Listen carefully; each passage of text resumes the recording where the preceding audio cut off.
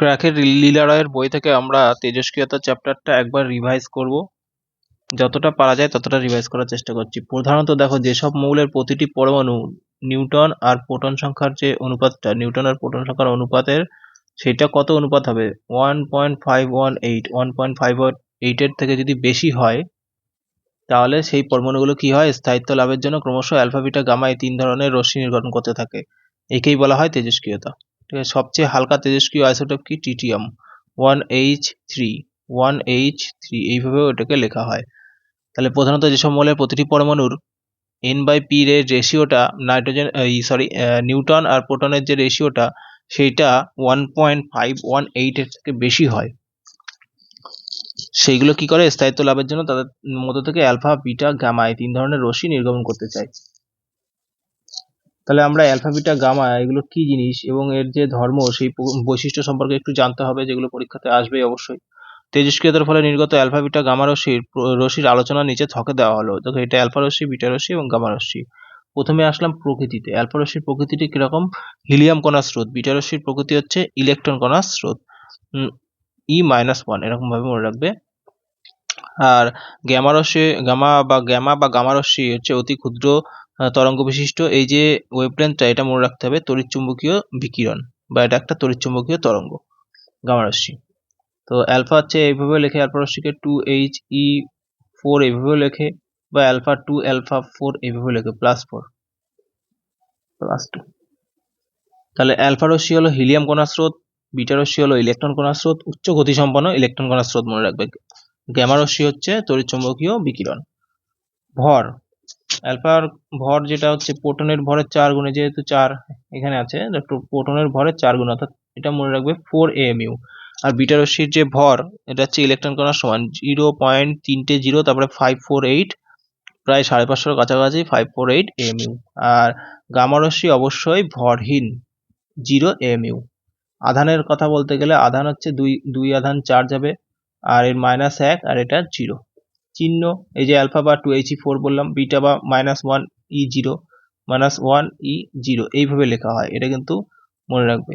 আর গামাটা এরকম কিছুই থাকে না, যেহেতু চার্জ নেই। গতিবেগ 2 × 10⁷ মিটার/সেকেন্ড থেকে 3 × 10⁷ মিটার/সেকেন্ড, অর্থাৎ যেহেতু 10⁸ আর 7 প্রায় অনেকটাই, প্রায় কাছাকাছি, আলোর কাছাকাছি গতিবেগের, প্রায় মানে 10⁸, আর এখানে আছে 10⁷, মানে 10 ভাগের 1 ভাগ অংশ, মানে আলোর গতিবেগের 1/10 অংশ। হিলিয়াম আলফা রশ্মির গতিবেগ আলোর গতিবেগের 1/10 অংশ, 1/15 থেকে 1/10 অংশ। তাহলে 2 × 10⁷ মিটার/সেকেন্ড থেকে 3 × 10⁷ মিটার/সেকেন্ড হচ্ছে অ্যালফা কণার বেগ। আর এটা দেখো, প্রায় আলোর বেগের 9/10 অংশ, মানে 10 ভাগের মধ্যে 1 ভাগ হচ্ছে অ্যালফা কণার বেগ, আর 10 ভাগের মধ্যে প্রায় 9 ভাগ, প্রায় কতটা স্পিড, যেহেতু এটা উচ্চ গতি সম্পন্ন, এখানে তো লেখাই আছে উচ্চ গতি সম্পন্ন কণার স্রোত, তাই জন্য এটা 2 × 2.36 বা 2.83 × 10⁸, প্রায় 3 × 10⁸ এর কাছাকাছি, প্রায় 10 ভাগের মধ্যে 9 ভাগ অংশ স্রোত আলোর গতিবেগের সমান, 3 × 10⁸। তাহলে সব থেকে বেশি কার? যেহেতু তড়িৎচুম্বকীয় তরঙ্গ, তাহলে কি সে আলোর বেগেই চলবে, তাহলে গ্যামা রশ্মির বেগ সবচেয়ে বেশি। ভেদন ক্ষমতা, যার বেগ বেশি তার ভেদন ক্ষমতা বেশি। আলফা কণার ভেদন ক্ষমতা সবচেয়ে কম। দেখো, এখানে পরিষ্কার বোঝা যাচ্ছে 10 ভাগের মধ্যে 1 ভাগ স্পিড, মানে 3 × 10⁷ মিটার/সেকেন্ড আলফা কণার স্পিড, তাই এ সবচেয়ে কম স্পিড। তাহলে কত মিটার পাথ? 0.02 mm, বা মনে রাখবে 100-র মধ্যে এইভাবে মনে রাখবে 2, 100-র মধ্যে 2 মিলিমিটার পাথ অ্যালুমিনিয়ামের পাত ভেদ করে যেতে পারে। এটা হচ্ছে 100, এটা 2 মিলিমিটারের পাত ভেদ করে যেতে পারে। 2 মানে এখানে 200, সেই হিসাবে 200/200, সরি 200/100, 100-র মধ্যে 200, মানে কত দুগুণ অ্যালফা কণার বেগ সবচেয়ে বেশি। 100 mm, পুরো 100 mm করতে গেলে কত? 100-র মধ্যে 10,000, এত স্পিড। 25 mm এর পুরু লোহার পাতও ভেদ করতে পারে, আর 100 mm এর পুরু অ্যালুমিনিয়ামের পাতও ভেদ করতে পারে, যেহেতু যার গতিবেগ বেশি সেই হিসাবে। তাহলে এটা মনে রাখবে 0.2 mm, এটা হচ্ছে 2 mm, আর এটা হচ্ছে 100 mm, মনে থাকবে। তেজস্ক্রিয় আইসোটোপের ব্যবহার, কোবাল্ট-16 রেডিওথেরাপি করতে, রেডিওথেরাপি ক্যান্সারের যে রেডিওথেরাপি, সেটা হচ্ছে কোবাল্ট-16। আর যেগুলো ক্যান্সার থেরাপিতে তেজস্ক্রিয় কোন আইসোটোপ ব্যবহার করে? রেড-1, এটা পরীক্ষায় আসে সময়। আচ্ছা, সোডিয়াম 11 এটার আইসোটোপের ব্যবহার কি? মেডিকেল ডায়াগনোসিসের ক্ষেত্রে সোডিয়াম ব্যবহার করা হয়। ফসফরাস ব্লাড ক্যান্সারে ব্যবহার করা হয়। আয়োডিন গয়ডারের ক্ষেত্রে, আর ব্রেন টিউমারের ক্ষেত্রে আয়োডিন। কার্বন হচ্ছে determination of the age of the fossils known as radio carbon dating, সেটা হচ্ছে C14টা ব্যবহার করা হয় ফসিলসের এজ নির্ধারণ করতে। ইউরেনিয়াম 238, 235 আছে, 238, 238টা হ্যাঁ কোনো একটা পাথর, শিলা বা পৃথিবীর বয়স এইসব নির্ণয় করতেও কিন্তু ইউরেনিয়াম 238 ব্যবহার করা হয়। এবার কতগুলো প্রশ্নে চলে আসি। তেজস্ক্রিয়তার এসআই একক কি? তেজস্ক্রিয়তার এসআই একক হচ্ছে বেকেরেল। তেজস্ক্রিয়তার এসআই একক কিন্তু কুড়ি না, তেজস্ক্রিয়তার এসআই একক বেকেরেল। আচ্ছা, মিটার, এগুলো তো তোমার 7 রকমের তেজস্ক্রিয়তার এসআই একক বেকেরেলের 7 রকমের মিটার, এগুলো জানি। মিটার জানি কিলোগ্রাম সেকেন্ড, অ্যাম্পিয়ার, কেলভিনের কে তে মাপা হয়, তাপমাত্রা, মোল, ক্যান্ডেলা, সিডি, আলোকের তীব্রতা, এগুলো জানি আমরা। চলে আসি 2 নম্বর প্রশ্ন। বলছে নিচের কোনটি পারমাণবিক চুল্লিতে বিভাজনযোগ্য জ্বালানি হিসেবে ব্যবহার করা হয়? বিভাজনযোগ্য ইউরেনিয়াম 235, কোনো 238 নয়, কিন্তু 235। পারমাণবিক বিদ্যুৎ কেন্দ্রগুলিতে জ্বালানি হিসেবে নির্দিষ্ট ধরনের ইউরেনিয়াম 235 ব্যবহার করা হয়, কারণ এই পরমাণুগুলি সহজে বিভাজিত হতে পারে, বিভাজিত হয়ে ভেঙে যায়। অ্যালফা বিটা কণা নিঃসরণ করবে, করে 38-এ পরিণত হবে। তাহলে পারমাণবিক চুল্লিতে ইউরেনিয়াম 235। নিচের কোন ক্ষেত্রে মাদাম কুরি নোবেল পুরস্কার জিতেছিলেন? সেটা উত্তর হবে পদার্থবিদ্যাও জিতেছিলেন মাদাম কুরি, মানে মা, এবং রসায়নবিদ্যা, মানে এসব সায়েন্সের জননী মাদাম কুরি, এরম টাইপের মনে রাখবো। মাদাম কুরি একজন পোলিশ জন্মগত ফরাসি পদার্থবিদ। তেজস্ক্রিয়তার উপর তার কাজের জন্য বিখ্যাত, দুবার নোবেল পুরস্কার বিজয়ী। 1903 সালে তিনি পদার্থবিজ্ঞান, 1911 সালে রসায়নের জন্য নোবেল পুরস্কারে বিজয়ী হন। 1903 সালে ফিজিক্স, আর তারপরে তার 8 বছর পরে +8 দিয়ে দিলাম, 8 বছর পরে 1911, যে সময় হচ্ছে তোমার 1911 সালে কি কলকাতা রাজধানী সেই স্থানান্তরিত হয় না, 1911 সালে রসায়নের জন্য তিনি ওই সময় নোবেল পুরস্কার পেয়েছিলেন। নিচের কোনটি ক্যান্সার চিকিৎসায় ব্যবহৃত হয়? নিচের কোনটি ক্যান্সার চিকিৎসায় ব্যবহৃত হয়? এটা হচ্ছে কোবাল্ট একটি আইসোটোপ, যেহেতু আমরা এখানেই পড়ে আসলাম কোবাল্টের যে আইসোটোপটা, সেটা আমি এখানে পড়ে আসলাম, এটা দিয়ে দিয়েছে। কোবাল্ট-60 রক্তের ক্যান্সারের চিকিৎসা ব্যবহৃত। এটি পারমাণবিক চুল্লিতে কৃত্রিমভাবে উৎপাদিত করা হয়। কোবাল্ট-60 একটি উচ্চ তাপমাত্রা বেমান রশ্মি বিকিরণকারী, এই কারণে এটি ব্লাড ক্যান্সার চিকিৎসায় ব্যবহার করা হয়। নিচের কোনটি তেজস্ক্রিয় মৌল নয়? নিচের কোনটি দেখো, ইউরেনিয়াম তেজস্ক্রিয় মৌল, প্লুটোনিয়াম তেজস্ক্রিয় মৌল, থোরিয়াম তেজস্ক্রিয় মৌল, টাইটানিয়াম তেজস্ক্রিয় মৌল নয়, এটা কিন্তু চাঁদে পাওয়া যায়। টাইটানিয়াম হলো একটি লোহার মতো ধাতু, যা আপেক্ষিক ঘনত্ব 3.49 থেকে 3.59 এর সংকরধাতু লোহা এবং অগঠিত ধাতুগুলো বিশুদ্ধ করতে ব্যবহার করা হয়। মেটাস্ট্যাটিক হাড়ের ক্যান্সারের চিকিৎসার জন্য কোন রেডিও আইসোটোপ ব্যবহার করা হয়? Strontium 89, very very important. RRB NTPC 2021,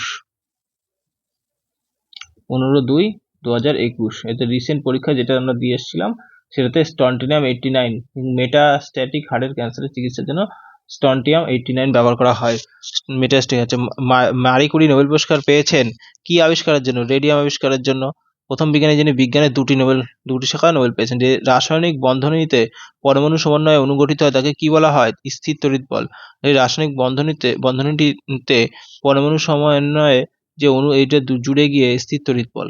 electrostatic বল একটি অণুতে উপস্থিত পরমাণুকে আবদ্ধ করে এবং অণুটিকে একটি বিশেষ জ্যামিতিক আকারে রাখে, তাকে রাসায়নিক বন্ধন বলা হয়। রাসায়নিক বন্ধন গঠিত চার্জ আয়নের মধ্যে ইলেকট্রন ভাগ করে নেওয়ার ফলে এটা তৈরি হয়। তেজস্ক্রিয়তা আবিষ্কার করেন কে? আমরা বারবার পড়ে আসি, হেনরি বেকেরেল। তেজস্ক্রিয়তার এসআই একক কে? বেকেরেল। কিছু অদৃশ্য রাশি স্বয়ংক্রিয় কিছু মৌল তাদের যৌগ নিঃসরণের তেজস্ক্রিয় বলা হয়, বিক্রিয়া রাশি বলা হয়। পদার্থকে স্বয়ংক্রিয়ভাবে নিঃসরণের তেজস্ক্রিয় বলা হয়। এই আবিষ্কার পদার্থবিজ্ঞানী হেনরি বেকেরেল। হেনরি বেকেরেল কোন আবিষ্কারের সাথে যুক্ত? তেজস্ক্রিয়তা। পিচ ব্লেন্ড, এটা ভেরি ভেরি ইম্পর্টেন্ট। দেখো 2016 সালেও এসেছিল। পিচ ব্লেন্ড কি? পিচ ব্লেন্ড হচ্ছে তোমার ইউরেনিয়ামের একটা আকরিক। পিচ ব্লেন্ড হলো ইউরেনিয়ামের সাথে সম্পর্কিত একটি তেজস্ক্রিয় ইউরেনিয়ামের খনিজ এবং আকরিক। ইউরেনিয়াম একটি তেজস্ক্রিয় মৌল হিসেবে পরিচিত। পিচ ব্লেন্ড ইউরেনিয়ামের সাথে সম্পর্কিত তেজস্ক্রিয় ইউরেনিয়ামের খনিজ। পিচ ব্লেন্ড কিন্তু তেজস্ক্রিয় নয়, কিন্তু পিচ ব্লেন্ড থেকে যে ইউরেনিয়ামটা বের করা হয়, নিষ্কাশন করা হয়, সেটা কিন্তু তেজস্ক্রিয়। রেডিয়াম কোন খনিজ থেকে পাওয়া যায়? রেডিয়াম পাওয়া যায় হচ্ছে পিচ ব্লেন্ড থেকে। ঠিক আছে, পিচ ব্লেন্ড থেকে ইউরেনিয়ামও পাওয়া যাচ্ছে, রেডিয়ামও পাওয়া যাচ্ছে, এটা মনে রাখবে। তারপরে বলছে রেডিয়াম হলো একটি তেজস্ক্রিয় মৌল যা প্রধানত দুটি আকরিক পিচ ব্লেন্ড এবং কার্নোটাইটে পাওয়া যায়। পিচ ব্লেন্ড হলো একটি গাঢ় নিচবর্ণের আকরিক যার মধ্যে ইউরেনিয়াম অক্সাইড থাকে, সেইখান থেকেই এরা বের করে। পারমাণবিক শক্তির সূত্র কে আবিষ্কার করেন? পারমাণবিক শক্তির সূত্র এই যে হিডেকি ইউকাওয়া। পারমাণবিক শক্তি ভেরি ভেরি ইম্পর্টেন্ট, গ্রুপ ডির পরীক্ষাতেও এসেছিল। পারমাণবিক শক্তির সূত্র কে আবিষ্কার করেন? হিডেকি ইউকাওয়া। হিডেকি ইউকাওয়া। জগদীশচন্দ্র বসু কি যন্ত্র আবিষ্কার করেছিলেন? Crescograph. Satyendranath Bose boson crystal. J Thomson electron. 14 নম্বর প্রশ্ন, একটি তেজস্ক্রিয় ধাতু যার শক্তির উৎস 1789 সালে আবিষ্কৃত হয়েছিল, যা পারমাণবিক সংখ্যা 92, যে ধাতুটি হলো কি? Uranium 92, uranium 238, 92 235। এইভাবে আমরা পড়ে আসছি ইউরেনিয়ামের গুলো, ঠিক আছে।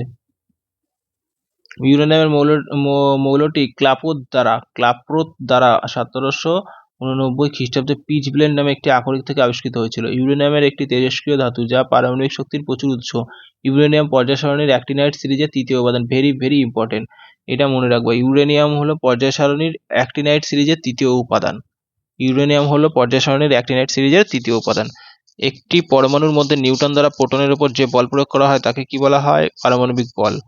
এটা এত ডিটেলসে পড়া লাগবে না। এটা পরমাণু থেকে প্রাপ্ত শক্তিকে কি বলা হয়? পারমাণবিক শক্তি। কার্বন 14 থেকে কোন ধরনের বিকিরণ নির্গত করা হয়? এটা হচ্ছে বিটা। কার্বন পরমাণুতে, এটা ভেরি ভেরি ইম্পর্টেন্ট, কার্বন 14 এ 6টি প্রোটন ও 8টি নিউট্রন রয়েছে।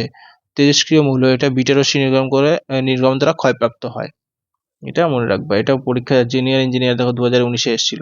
কার্বন 14 থেকে কোন ধরনের বিকিরণ নির্গত হয়? বিটা নির্গত হয়, বিটা।